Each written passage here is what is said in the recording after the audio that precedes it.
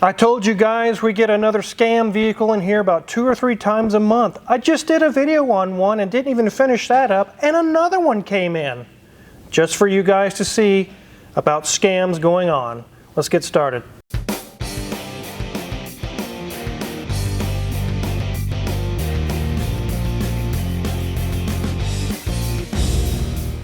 This is a 2015 Infiniti QX60.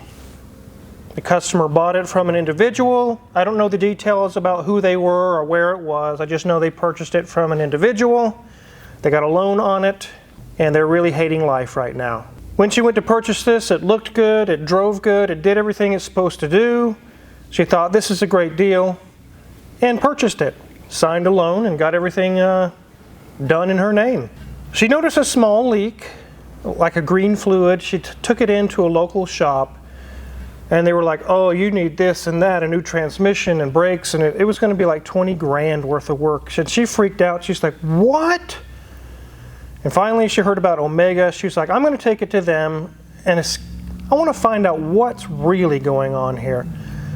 Now, as we get through this video, I want to stress to you guys, in fact, I'm going to change the name.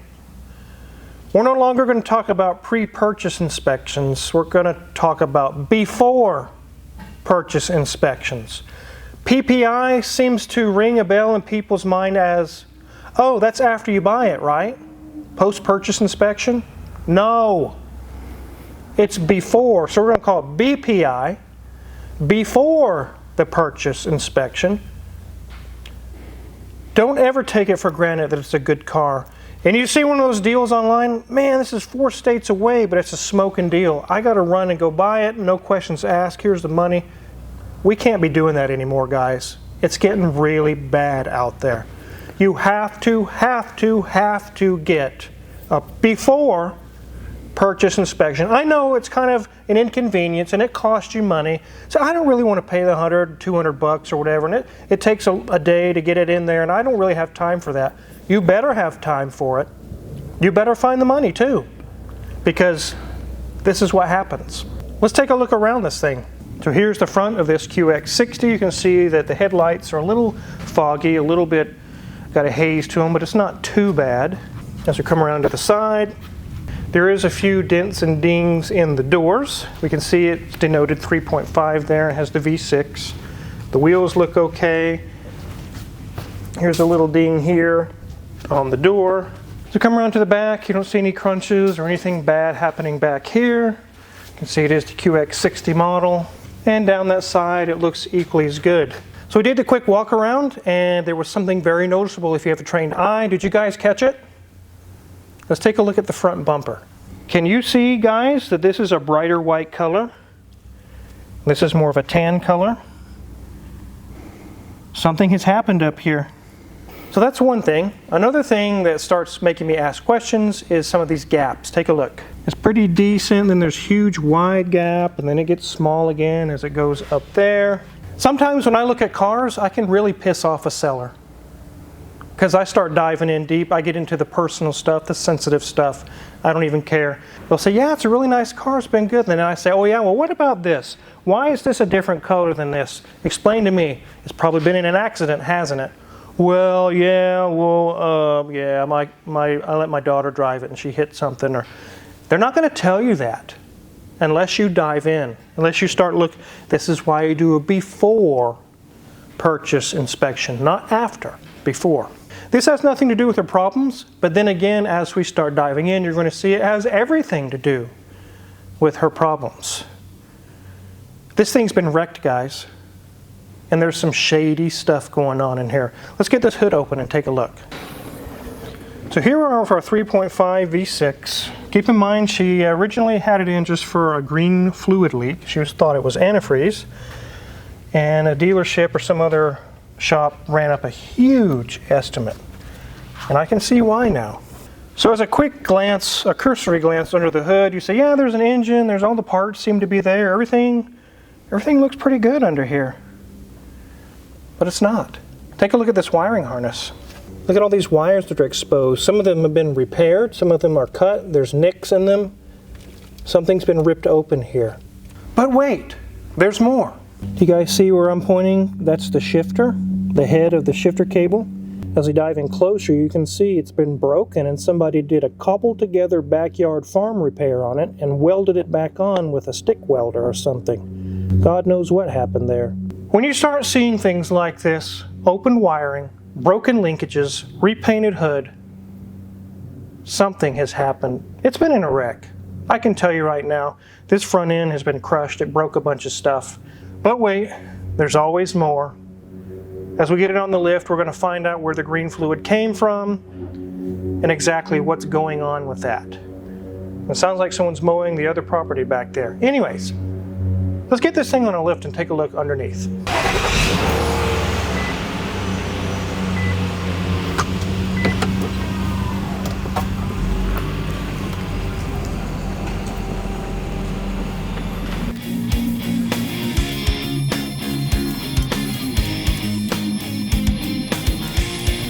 So one thing we're going to find when we look under here, there's more to the story.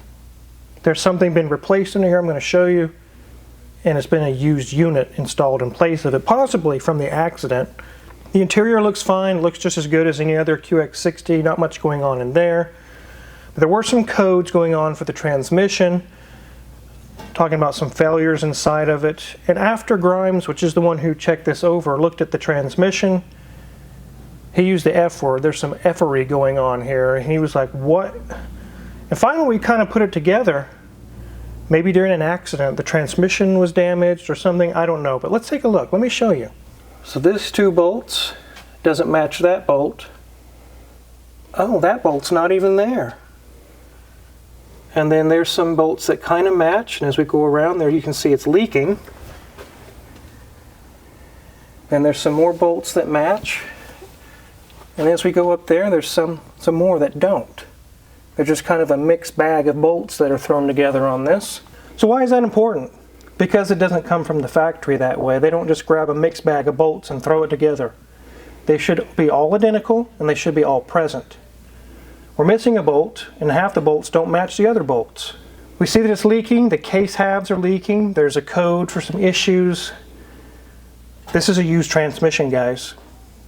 Somebody threw it together, threw it in here either after the accident or the transmission, the original one just failed, which they're known to because they're CVT transmissions. I tell you guys to service those every 30 to 50,000 miles. I don't care what your dealer said, and I don't care what your manual says. That will save the life of these transmissions. So that's been replaced, and now we have codes and it's leaking. And she complained about green fluid. This fluid that comes out of this transmission is the CVT specific fluid for Nissan. And it has kind of a greenish tint to it. So she thought, well, I have an antifreeze leak. I need to get this checked out. She took it to a local shop and it blew up into a $20,000 estimate. And she was just stressed, confused. It's like, what? Some of that is true. It does need tons of work. But some of it was not. There's multiple different avenues of things going on here. It gets very confusing. What we actually found versus what they found versus what she was told. Let's continue on checking the rest of the vehicle. The front brakes are good. CV boots look okay. Everything's good there. Brakes look good up here. CV boots are good. Uh-oh, sway bar link. That one's loose. We can see up here, it has valve cover gaskets leaking all down the block. Pretty bad, actually. Here's our exhaust. Luckily, she still has her catalytic converter. Some meth addicts haven't stole it and traded it in for some cash. Here's our resonators, muffler and everything. Here's the drive shaft, fuel tank. Everything appears good there. So go back to the back. Differential's not leaking. Look at these baby CV shafts, Mrs. Wizard. Whoa, those look like little bitty baby arms. Yep. But the brakes are down to about 10% or less remaining. So it does need rear brakes. Rotors have a pretty steep lip on them, so it needs pads and rotors there. Same thing over here. Sway bar links are okay. Nothing loose. Here's our evap canister, just perfectly placed so you can hit something and break it and crack it and charge you $2,000 to fix it. These canisters are expensive, guys. Some cars can be $200 or $300. Some cars can be $1,000 just for that. So I don't know why they hang them like that, but they do. Here's our spare. It's got air in it. So let's go ahead and check the tires as you do a quick glance around. Oh yeah, it's got good tires. The seller says, yeah, tires are good. Not really. This is a new tire, at least fairly new. 524. It's a Goodyear. Got good tread on it. What about the front? Oh, that's not a Goodyear. That's a Mastercraft from 41 of 21. And then the tread is about 60-70% gone. Go check the other tire. Mastercraft as well, 41 of 21. Same scenario on the tread. And the last tire is also a Mastercraft, 41 of 21. The tread is about 30% remaining. This is a scary practice on today's all-wheel drive vehicles. Some of them do not like, especially Chryslers. A brand new tire is going to have a little bit larger diameter than an old worn down one, and it can really send this thing out of whack. It really pisses off the all-wheel drive systems. Just do them all, or don't do them at all. If you just have one blowout, well, I'll just get one tire. No. If it's time for the other ones, which it looks like it's getting close, you really should do them all. In this case, it really doesn't hurt it, but you need to be careful with that. So let's get this thing on the ground. Sometimes they will disclose an accident. Sometimes they won't give you all the information, just how bad it was. Most of the time, they won't tell you anything. That's why Carfax, and especially VinWiki, I really recommend VinWiki. Go check out the VIN on this thing and see what kind of history is behind it. But as you can see, it's very easy to go out, oh, this looks fine. Obviously, not everyone in the world is a mechanic. Some of us are doctors, some of us are plumbers, electricians, lawyers. You work at a factory. We do all kinds of work out there, and you may specialize really highly in your job. But this is not your specialty, and I wouldn't expect it to be. So you go out, it looks good, I'll go buy this. Like, this comes down to you really need to get a before purchase inspection, a BPI. Also do a VinWiki VIN check. With those two items there, you can really dig deep and find some information about the car. It will cost you a little bit of money. It's not free, but it very likely could save you thousands of dollars. In this case, it's going to cost thousands of dollars. So what's wrong with this transmission? It's used. It was put in, obviously, by someone that didn't know what they're doing. It's been in an accident, of course, that could have damaged the transmission, or it could have been just failed. This one also has codes that are showing possible failure. What we're going to do is top off the fluid because it's almost empty based on it's leaking so bad. That's basically what's wrong with that. Yes, the transmission does have some issues. It does drive okay. It does do okay. But we explained the situation to the customer. She was like, what about a reman transmission? What about this or that?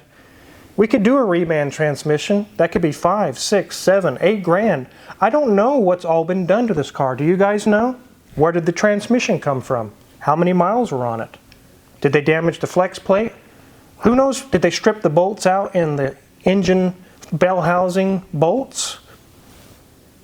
You don't know what you're going to run into. How do you estimate that?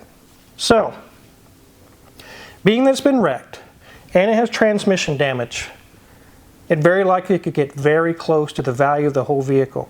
These go for 12, 14, 15 grand, not when they're wrecked. Maybe 10, maybe 9. Then it's transmission issue. It needs rear brakes. It needs, oh, and by the way, Grimes checked the coolant to see if it's leaking and found out there ain't even antifreeze in this, bro. It's straight water. Just like out of your tap, straight water. So it needs a coolant flush.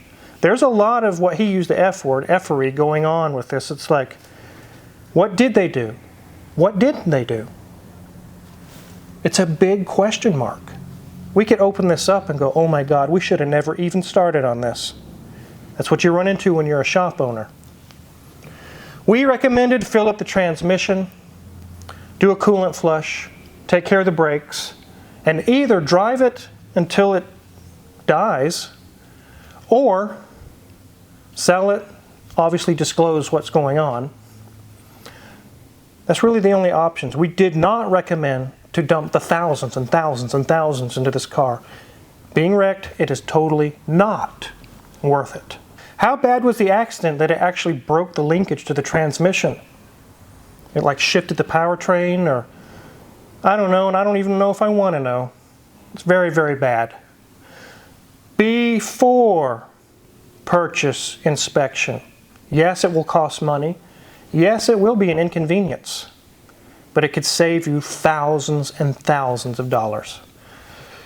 If you're curious what kind of tools we're going to use to work on this or any other car in the shop, check our Amazon affiliates link in the description below. If you purchase anything, we'll get a small cut and we really appreciate it. Check out Mrs. Wizard's Way. She's got a lot of good videos going on there as well. And make sure to hit the subscribe button here because the scams just keep coming and I definitely want to show them to you guys. Thanks for watching.